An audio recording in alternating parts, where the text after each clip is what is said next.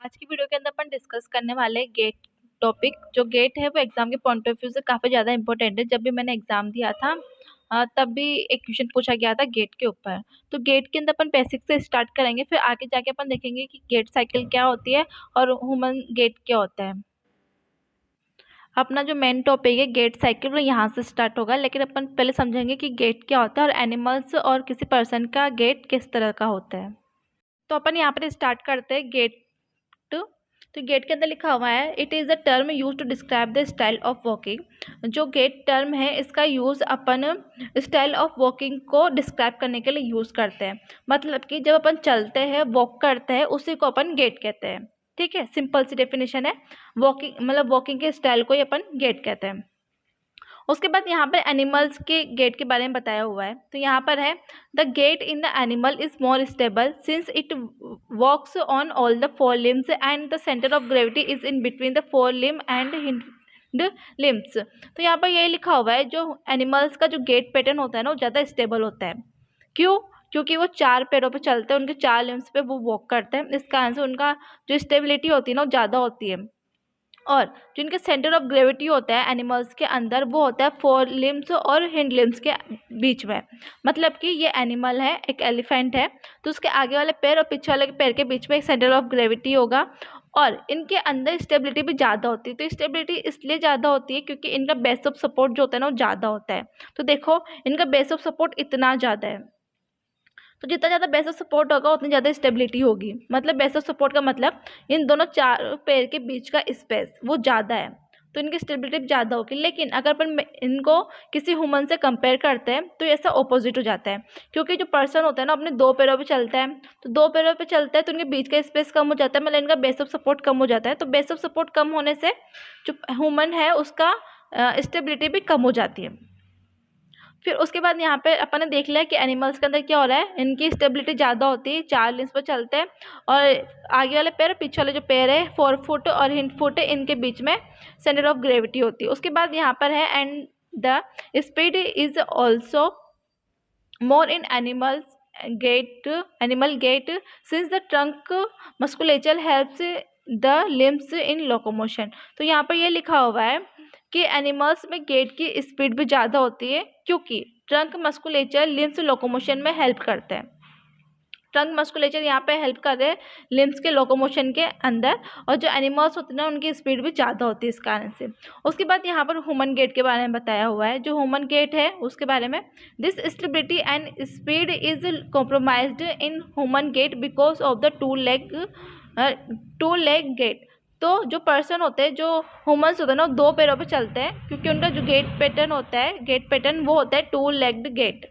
तो जिस कारण से इनकी स्टेबिलिटी भी कम होती है और स्पीड भी कम होती है। तो अपन ने कंपेयर कर लिया कि ऐसा क्यों हो रहा है, क्योंकि इनका बेस ऑफ सपोर्ट कम है, इनका बेस ऑफ सपोर्ट ज़्यादा है, इस कारण से ऐसा हो रहा है। तो बेस ऑफ सपोर्ट क्या होता है और सेंटर ऑफ ग्रेविटी क्या होता है ये आप पहले फर्स्ट ईयर में पढ़ चुके होंगे एक्सरसाइज थेरेपी के अंदर, तो अपन इतना डिटेल में नहीं जाएंगे। तो अपन बस इतना सा देखेंगे कि इनका बेस ऑफ सपोर्ट ज़्यादा होता है, इनका बेस ऑफ सपोर्ट कम होता है, इसलिए इनकी स्टेबिलिटी ज़्यादा होती है और इनकी स्टेबिलिटी कम होती है। तो अपन अब मेन पार्ट पे आते हैं जो कि है गेट साइकिल।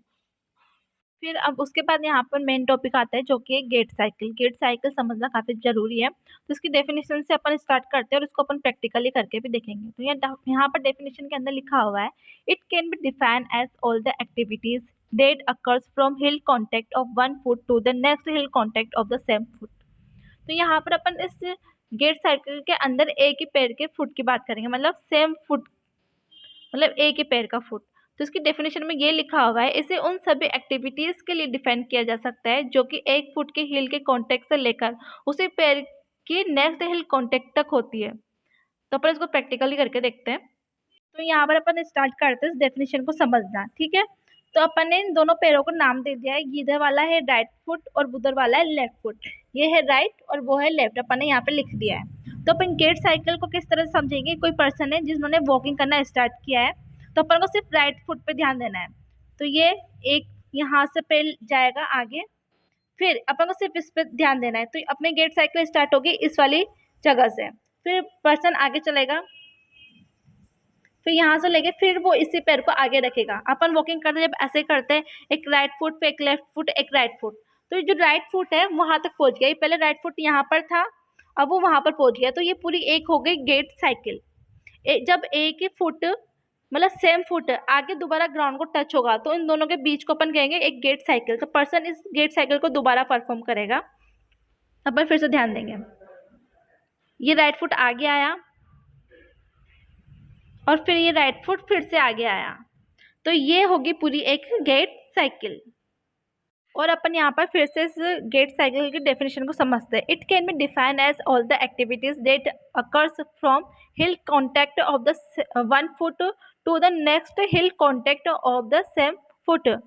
तो इससे उन सभी एक्टिविटीज के लिए डिफाइन किया जा सकता है जो एक फुट की हील के कॉन्टैक्ट से लेकर उसी पैर के नेक्स्ट हिल कॉन्टैक्ट तक होती है।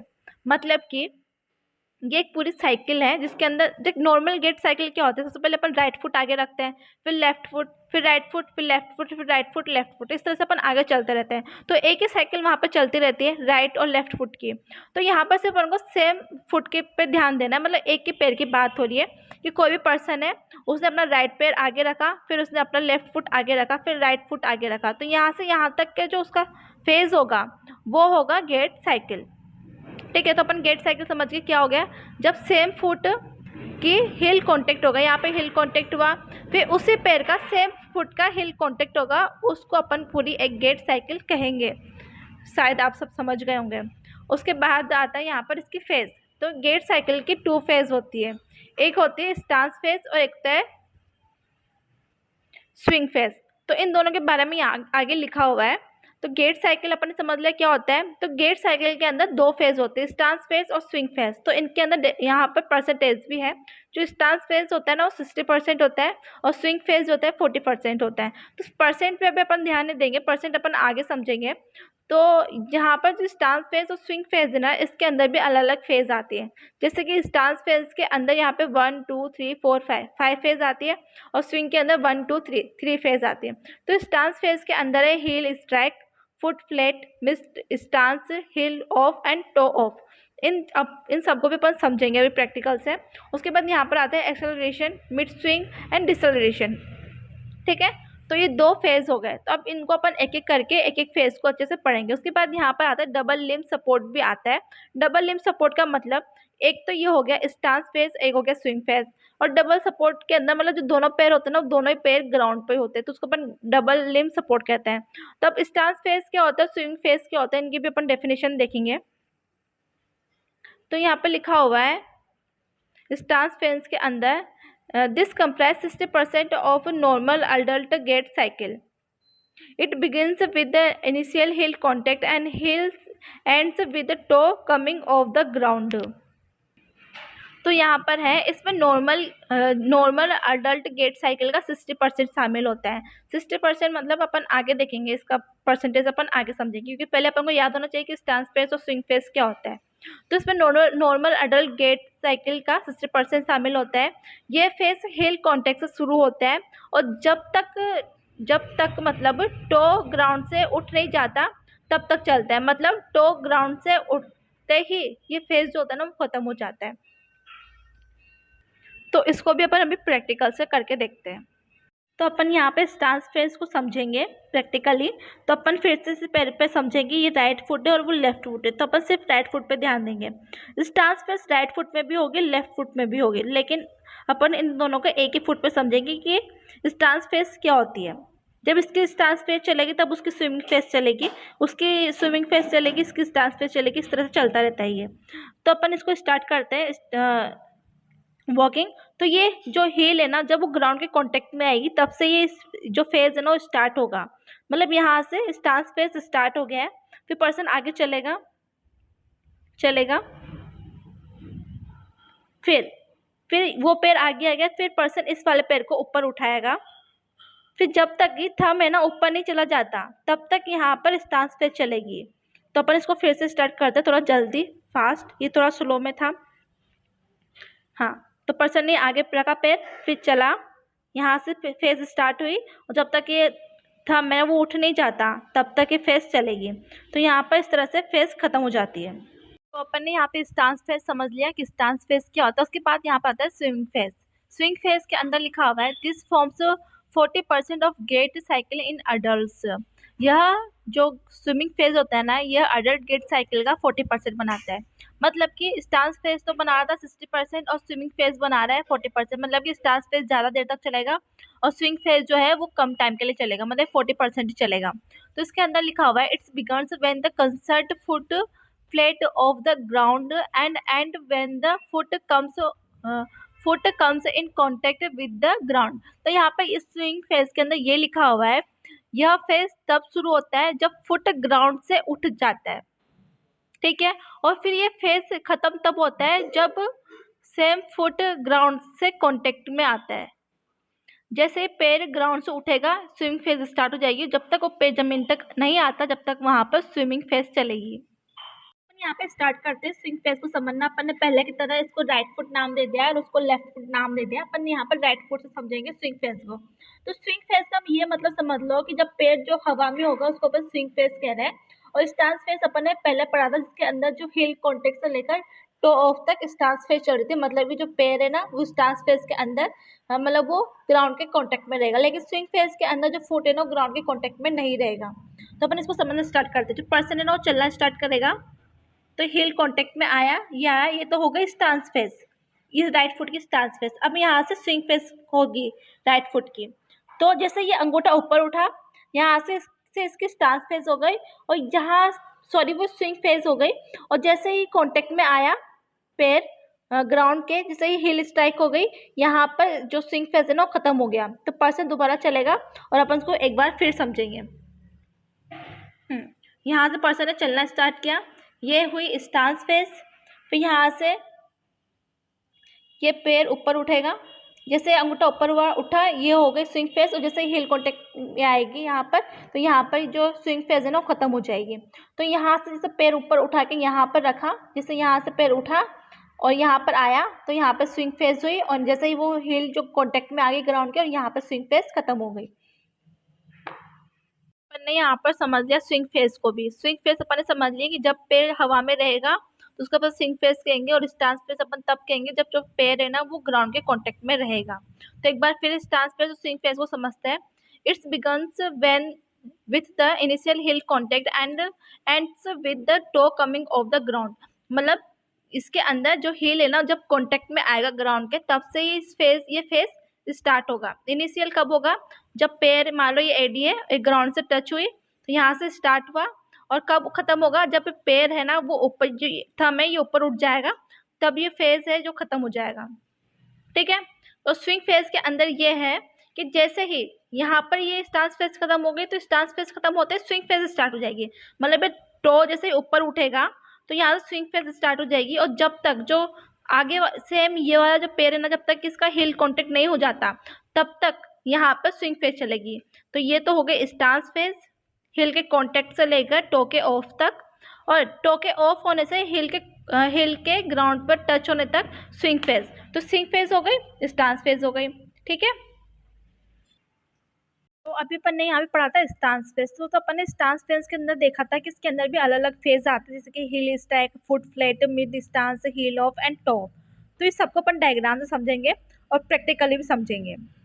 तो सबसे पहले यहाँ पर आता है हील स्ट्राइक। हील स्ट्राइक के अंदर है the heal strike the ground. जो हील होती है ना वो ग्राउंड के कांटेक्ट में आएगी। जैसे पर्सन ने पैर आगे रखा तो ये हील है वो ग्राउंड के कांटेक्ट में आई, ये ग्राउंड है। तो जैसे ही कांटेक्ट में आएगी उसको अपन ने कह दिया हील स्ट्राइक। तो अपन पहले फिर अपन प्रैक्टिकली देखेंगे।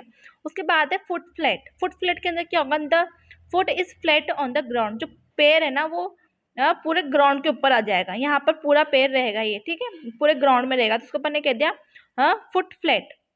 उसके बाद आता है मिड स्टांस। मिड स्टांस ये वाली फेज होती है, इसके अंदर पैर इस तरह से होता है, ये हो गया मिड स्टांस। उसके बाद है heel off. The heel is off the ground. तो आगे चलेगा तो पैर है ना ये हील ऑफ हो जाएगा, मतलब ये हील है ना ये ऊपर उठ जाएगी, तो उसको अपन ने कह दिया हील ऑफ। उसके बाद आएगा यहाँ पर टो ऑफ। टो ऑफ के अंदर हो रहा है the toes are off the ground. जैसे टोज है ना वो ग्राउंड से ऊपर की तरफ उठ जाएंगे। तो ऊपर कैसे उठेंगे, ये टोज हील मतलब यहाँ पे हील ऑफ हो गया। उसके बाद जो ये थंब है ना ये भी ऊपर उठ जाएगा, थंब ऊपर उठ गया, थंब ऊपर उठ गया, तो उसका अपन ने कह दिया यहाँ पर टो ऑफ। इस वाले के अंदर अपन यहाँ पर समझेंगे कि डांस फेज के अंदर अपन जो 5 फेजेस पढ़ी ना, उन सबको अपन करके देखेंगे यहाँ पर प्रैक्टिकली। तो अपन ने यहाँ पर ये भी रख लिया, इसको भी अपन साथ में समझेंगे। तो सबसे पहले यहाँ पर आता है हिल स्ट्राइक। तो हिल स्ट्राइक में पेशेंट वॉक करना स्टार्ट करेगा, और वॉक करना स्टार्ट करेगा वैसे ही पोजीशन यहाँ पर रहेगी, मतलब ये वाला पैर ऊपर उठा हुआ रहेगा और हील यहाँ पर ग्राउंड के कांटेक्ट में आ जाएगी। ये वाला है राइट फुट और वो वाला है लेफ्ट फुट। तो लेफ्ट फुट की पोजीशन इस तरह से हो जाएगी और राइट फुट की इस तरह से हो जाएगी। आप देख सकते हो यहाँ पर सिर्फ हील ही कांटेक्ट में है, आगे वाला पार्ट कांटेक्ट में नहीं है ग्राउंड के। तो इसको अपन कहेंगे हील स्ट्राइक। तो ये हो गया अपना हील स्ट्राइक। फिर हील स्ट्राइक के बाद आता है यहाँ पर फुट फ्लैट। तो फुट फ्लैट में हील स्ट्राइक होने के बाद पर्सन पैर आगे रखेगा तभी तो वो आगे चलेगा, तो ये पीछे वाला पैर और भी ज्यादा उठ जाएगा। लेकिन अपन को लेफ्ट पर ध्यान नहीं देना, लेकिन आप पर फिर भी समझ में आ रहा हो तो आप ध्यान दे सकते हो। तो राइट फुट के अंदर क्या हुआ, हील स्ट्राइक हो गया। हील स्ट्राइक के बाद यहाँ पर फुट फ्लैट हो गया, पूरा पैर फ्लैट हो गया। आप देख सकते हो यहाँ पर कोई स्पेस नहीं है बीच में, तो ये फुट फ्लैट हो गया। फुट फ्लैट के बाद यहाँ पर आता है मिड स्टांस। मिड स्टांस के अंदर ये पैर ऊपर उठेगा और ये पैर आगे आएगा, और आगे आने के बाद ये इस वाले फेज को अपन कहेंगे यहाँ पर मिड स्टांस। मिड स्टांस के बाद यहाँ पर आता है हील ऑफ। तो हील ऑफ कैसे होगा, ये पर्सन आगे चलेगा, फिर ये जो पैर है, ये जो हील है ना, ये ऊपर उठ जाएगी, पैर ऊपर उठ जाएगा। आप देख सकते हो सिर्फ और सिर्फ हील ऊपर है, तो इसको अपन ने कह दिया हील ऑफ। फिर पर्सन आगे चलेगा, फिर उसके बाद यहाँ आएगी टो ऑफ। तो जैसे पर्सन आगे चला, फिर ये आगे चलेगा, जब ये जो टो है ना ये भी ऊपर की तरफ उठ जाएगा, तो जैसे पैर ऊपर उठेगा तो ये हो जाएगी यहाँ पर टो ऑफ। फिर यहाँ पर स्विंग फेज स्टार्ट हो गई, फिर वापस यहाँ पे हिल कांटेक्ट में आ गया ग्राउंड के, फिर वहाँ पर फिर से हिल स्ट्राइक हो गई। हिल स्ट्राइक होते ही स्टांस फेज वहाँ पर फिर से स्टार्ट हो गया, फिर से ये फेज यहाँ पर चलेगी। ठीक है, तो यहाँ पर पहले कौन से फेज होते हैं, यहाँ पे स्टांस फेज हुई, फिर वहाँ पे स्टांस फेज स्टार्ट हुई। तो इन दोनों स्टांस फेज के बीच में स्विंग फेज आएगी। तो स्विंग फेज भी अपन देखेंगे कि किस तरह से होती है। तो अपन एक बार फिर इसको करके देख लेते हैं पूरे फेज को। तो सबसे पहले यहाँ पर क्या होगा, पर्सन चलना स्टार्ट करेगा, ये हिल स्ट्राइक के बाद फुट फ्लैट के बाद फिर यहाँ पर मिड स्टांस के बाद टो ऑफ के बाद हिल ऑफ, फिर टो ऑफ। ठीक है, तो अपन ने यहाँ पे स्टांस फेज पढ़ लिया। स्टांस फेज के अंदर अपन ने देखी थी कि कौन कौन सी फेजेस होती है, उसके अंदर 5 फेज होती है, अपन डिस्कस कर चुके हैं। उसके बाद आते हैं स्विंग फेज। स्विंग फेज के अंदर भी 3 फेज होते हैं, इसको भी अपन एक एक करके देखेंगे। तो सबसे पहले यहाँ पर आता है दिस कंसिस्ट ऑफ 3 फेज। सबसे पहले एक्सेलरेशन, मिड स्विंग और डिसेलरेशन। तो एक्सेलरेशन के अंदर आता है the leg is in the front of the body, जिसको अपन डायग्राम से समझते हैं। तो इस वाले फेज के अंदर ये होगा ना, तो अपन ने पहले पढ़ा था स्विंग फेज क्या होती है। स्विंग फेज स्टार्ट होती है टो जब ऑफ होता है ना, उस जगह से स्विंग फेज स्टार्ट होती है, और जब तक हील स्ट्राइक आगे नहीं हो जाता वहां तक स्विंग फेज चलती है। मतलब जो पैर हवा में रहेगा उसको अपन स्विंग फेज कहते हैं। तो एक्सेलरेशन के अंदर जो पर्सन है ना, वो अपने पैर को ऊपर उठाएगा और उसको आगे की तरफ लेके आएगा। उसके बाद आता है मिड स्विंग। मिड स्विंग के अंदर है the leg continuous to swimming forward. तो इसके अंदर जो पैर है ना, वो आगे कंटिन्यू करेगा अपने फॉरवर्ड डायरेक्शन के अंदर लेग को, तो ये हो जाएगा मिड स्विंग। उसके बाद आएगा डिसेलरेशन। तो इसके अंदर क्या होगा ना, the swimming slow down and the heel is ready for the strike. इसके अंदर जो पैर है वो नीचे की तरफ आएगा, स्लो डाउन होगा, और जो हील है ना उसका हील स्ट्राइक होगा, मतलब इस जगह पे हील स्ट्राइक होने वाला होगा। तो इस वाली फेज को अपन कह के डिसेलरेशन। तो एक्सेलरेशन के अंदर जो पर्सन है ना पैर को उठाएगा, आगे की तरफ लेके आएगा। मिड स्विंग के अंदर जो पैर है ना वो फॉरवर्ड डायरेक्शन के अंदर स्विंग करेगा, आगे की तरफ आएगा, और एक्सेलरेशन के अंदर जो पैर है ना वो नीचे आएगा और हील स्ट्राइक करेगा। तो इस तरह से इसके 3 फेज होती है स्विंग फेज की। फिर उसके बाद इसी के अंदर लिखा हुआ है in a normal gait each leg alternatively goes through a stance phase and a swing phase. तो इसके अंदर ये लिखा हुआ है कि जब अपन नॉर्मल गेट होता है ना, मतलब जब अपन नॉर्मल वॉकिंग करते हैं ना, तो उसके अंदर एक बार स्टांस फेज आएगी, फिर स्विंग फेज आएगी, फिर स्टांस फेज आएगी, स्विंग फेज आएगी। इस तरह से ये फेज पूरी चलती रहती है नॉर्मल गेट के अंदर। तो यहाँ पर भी यही है। उसके बाद the body is carried forward in normal walking by this rhythmic cycle. तो इस तरह से यहाँ पर रिदमिक साइकिल चलती रहती है, इससे जो बॉडी है ना वो आगे की तरफ फॉरवर्ड डायरेक्शन के अंदर मूव करती है, और इस तरह से नॉर्मल वॉकिंग चलती है। तो अपन ने पहले मैंने बताया था मतलब आपको कि अपन यहाँ पर परसेंटेज पढ़ेंगे आगे। तो ये वाला पार्ट है परसेंटेज वाला। तो यहाँ पर नॉर्मल जो वॉकिंग है ना उसका परसेंटेज बताया हुआ है कि स्टांस फेज कितना होता है और स्विंग फेज कितना होता है। ये दोनों थोड़ा चेंज भी हो सकता है, पर्सन टू पर्सन वेरी करता है कि जो पर्सन है वो किस तरह की वॉकिंग कर रहा है, वो जल्दी जल्दी चल रहा है या फिर धीरे चल रहा है, इस तरह से थोड़ा परसेंटेज ऊपर नीचे हो सकता है, लेकिन नॉर्मल परसेंटेज यही होता है। तो स्टांस फेस अपन ने पढ़ लिया कि स्टांस फेस क्या होता है। इसके अंदर अपन को 5 फेज देखने को मिलती है। स्टांस फेस मतलब जो पैर है ना वो ग्राउंड के कॉन्टेक्ट में रहेगा। तो तो स्टांस फेस होती है 60% और स्विंग फेस होती है 40%। तो इस तरह से पूरा ये 100% गेट साइकिल बनती है। तो हील स्ट्राइक होती है वो होता है 0 to 2%। फुट फ्लैट वाले जो पोजीशन होती है ना वो होती है 0 to 10% तक। मिड स्टांस रहती है 10 to 30%। हील ऑफ रहती है 30 to 50% और टो ऑफ होता है 50 to 60%। इस तरह से पूरा 60% बन जाता है स्टांस फेस का। उसके बाद आता है स्विंग फेस। स्विंग फेस 40% होती है, जिसके अंदर यहाँ पर पूरा ये 100% बन जाएगा। मतलब ये इन दोनों को मिला के एक गेट साइकिल बनती है। तो स्विंग फेस रहेगी पूरी गेट साइकिल का 40%, मतलब 100 में से 40% स्विंग फेस रहेगा, मतलब ये स्टांस फेस से कम रहेगा। तो स्विंग फेस के अंदर जो एक्सेलरेशन होता है ना वो 60 to 73% होता है। जो मिड स्विंग होता है वो होता है 73 to 85%। और डिसलेरेशन वो होता है जिसके अंदर 85 to 100% होता है। इस तरह से पूरा परसेंटेज यहाँ पे बता दिया अपन ने 2 से 100 तक। तो ये होता है पूरा परसेंटेज गेट साइकिल का। यहाँ पे लिखा हुआ है what is the percentage of each phase in the gait cycle. Each phase हर एक फेज का बताया हुआ है और पूरा टोटल हो गया यहाँ पर 100।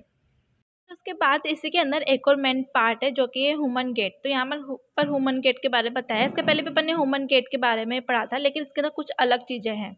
तो इसके अंदर है ह्यूमन गेट के अंदर the human gait cycle consist of 2 units namely passenger and locomotor unit. तो जो ह्यूमन गेट है ना इसके अंदर जो गेट साइकिल होती है ना उसके अंदर भी 2 यूनिट्स होती है। एक यूनिट का नाम है पैसेंजर यूनिट और एक का नाम है लोकोमोटर यूनिट। अब पैसेंजर यूनिट और लोकोमोटर यूनिट क्या होता है इसके बारे में डिस्कस करेंगे। तो गेट साइकिल को 2 यूनिट्स में डिवाइड किया है, एक तो है पैसेंजर यूनिट, एक है लोकोमोटर यूनिट। तो पैसेंजर यूनिट के अंदर आता है हेड, आर्म और ट्रंक। और लोकोमोटर यूनिट के अंदर आता है पेल्विस और बोथ लोअर लिम्ब। डायग्राम समझते हैं। ए वाला है पैसेंजर यूनिट, तो अपन ए वाले को देखते हैं। ए वाला पैसेंजर यूनिट है जिसके अंदर हेड आएगा, आर्म आएंगे और ट्रंक आएगा। उसके बाद सेकंड है लोकोमोटर यूनिट। तो लोकोमोटर यूनिट के अंदर पेल्विस आएगी और दोनों लिम्स आएंगे, लोअर लिम्स आएंगे। तो यहाँ पर भी अपन ने ये लिखा है हेड, आर्म, ट्रंक। और लोकोमोटर के अंदर है पेल्विस, बोथ लोअर लिम्ब। तो यहाँ पर ये लिखा हुआ है no role, just passively go for a walk with the locomotor unit. तो पैसेंजर यूनिट वो यूनिट होती है जिसका यहाँ पर वॉकिंग के अंदर कोई रोल नहीं होता और ये लोकोमोटर यूनिट के साथ आगे की तरफ मूव करती है, पैसिवली मूव करती है। तो देखो डायग्राम में है मूव क्या कर रहा है, जब अपना वॉकिंग कर रहा है तो लोअर लिम्ब काम कर रहा है, फुट काम कर रहा है, लेकिन ऊपर वाली यूनिट कुछ काम नहीं कर रही। ऊपर वाली यूनिट का मतलब है यहाँ पे पैसेंजर यूनिट। तो पैसेंजर यूनिट होती है ना वो लोकोमोटर यूनिट के कारण आगे की तरफ चलती है पैसिवली। तो क्योंकि ये कुछ काम नहीं कर रही इसलिए पैसिवली चल रही है और ये एक्टिवली चल रही है। तो यहाँ पर ये लिखा है ना कि इसका कोई रोल नहीं होता और ये just passively go for a walk with the locomotor unit. ये लोकोमोटर यूनिट के साथ पैसिवली वॉक करती है आगे की तरफ, ठीक है। और यहाँ पर लोकोमोटर यूनिट के अंदर लिखा हुआ है जिसके अंदर पेल्विस और बोथ लोअर लिम्स आते हैं, actually take part in the gait and form a gait cycle. तो इसी का मेन पार्ट होता है, लोकोमोटर यूनिट का ही मेन पार्ट होता है वॉकिंग के लिए। तो गेट साइकिल किससे होती है, लोअर लिम्ब से होती है। गेट जो होता है लोअर लिम्ब से होता है। इस कारण से मेन पार्ट लोकोमोटर यूनिट का है, जो पैसेंजर यूनिट है वो इसके साथ वर्क करती है। तो actually take part in the gait के अंदर ये इसका मेन पार्ट होता है and form a gait cycle, एक पूरी गेट साइकिल बनाती है। तो गेट साइकिल के अंदर अपन ने पढ़ा कि गेट साइकिल किस तरीके से होती है। गेट साइकिल के अंदर स्टांस फेज होता है और स्विंग फेज होता है। स्टांस फेज के अंदर भी हिल स्ट्राइक होती है, फुट फ्लैट होता है, मिड स्टांस होता है, हिल ऑफ होता है, टो ऑफ होता है, जो कि अपन सारा पढ़ चुके हैं अच्छे से। और स्विंग फेज के अंदर भी 3 फेज होती है, एक्सेलरेशन, मिड स्विंग और डिसलेरेशन। तो यहाँ पर ये लिखा हुआ है। तो एक बार फिर डायग्राम देख लो। जो पैसेंजर यूनिट होती है वो होती है हेड, आर्म और ट्रंक। और जो लोकोमोटर यूनिट होती है वो होती है पेल्विस और लोअर लिम्ब। उसके बाद अपन यहाँ पे लास्ट में कुछ टर्म्स दी हुई है जिनको अपन डिस्कस करते हैं। जिस टर्म का यूज़ अपन यहाँ पे गेट साइकिल के अंदर करते हैं। तो यहाँ पे कुछ टर्म्स है जैसे कि सिंगल लिम्ब सपोर्ट क्या होता है, double limb support, step length, Cadence and walking velocity, सब क्या होते हैं, सबको अपन डिस्कस करते हैं। सबसे पहले यहाँ पर आता है सिंगल लिम्ब सपोर्ट। तो सिंगल लिम्ब सपोर्ट अपन नाम से पता लग रहा है कि इसके अंदर सिर्फ एक ही लिम्ब सपोर्ट में रहेगा, मतलब कि only 1 foot is in the contact with the ground, मतलब जो 1 फुट है वो एक ग्राउंड के कॉन्टेक्ट में रहेगा, और जो कि 80% बनाएगा गेट साइकिल का। उसके बाद आता है double limb support. Double limb support के अंदर जो बोथ लिम्स है, दोनों लोअर लिम्ब जो है वो ग्राउंड के कॉन्टेक्ट में रहेंगे, और ये 20% बनाएगा गेट साइकिल का। तो अपन इसको डायग्राम से देखते हैं, single limb support and double limb support. तो सिंगल लिम्ब सपोर्ट के अंदर जो राइट फुट है ना वो ग्राउंड के कांटेक्ट में है, और ये सिर्फ सिंगल लिम्ब सपोर्ट है, मतलब सिर्फ ये एक ही फुट कांटेक्ट में है, लेफ्ट वाला कांटेक्ट में नहीं है।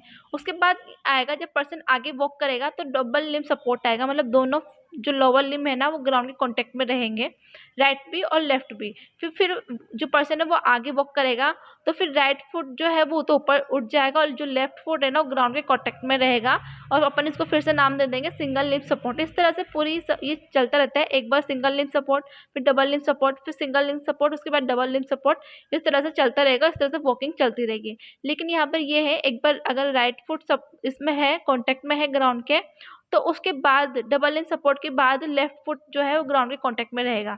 फिर इसके बाद फिर डबल लिम्ब सपोर्ट आएगा, फिर उसके बाद जो राइट फुट है ना वो कॉन्टेक्ट में आ जाएगा, और जो लेफ्ट वाला है ना वो हवा में रहेगा। इस तरह से ये वॉकिंग चलती रहती है।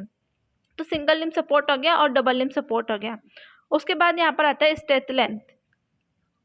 तो इसके अंदर क्या होता है ना, it is a distance the body has travelled in 1 gate cycle. तो यहाँ पर 1 गेट साइकिल की बात हो रही है। तो अपन इसको डायग्राम से देखते हैं स्ट्रेच लेंथ को। स्ट्रेच लेंथ का मतलब जो फुट है ना, मान लो ये राइट फुट है और ये वाला राइट फुट है, इन दोनों राइट फुट के बीच की डिस्टेंस को अपन स्ट्रेच लेंथ कहते हैं। ठीक है।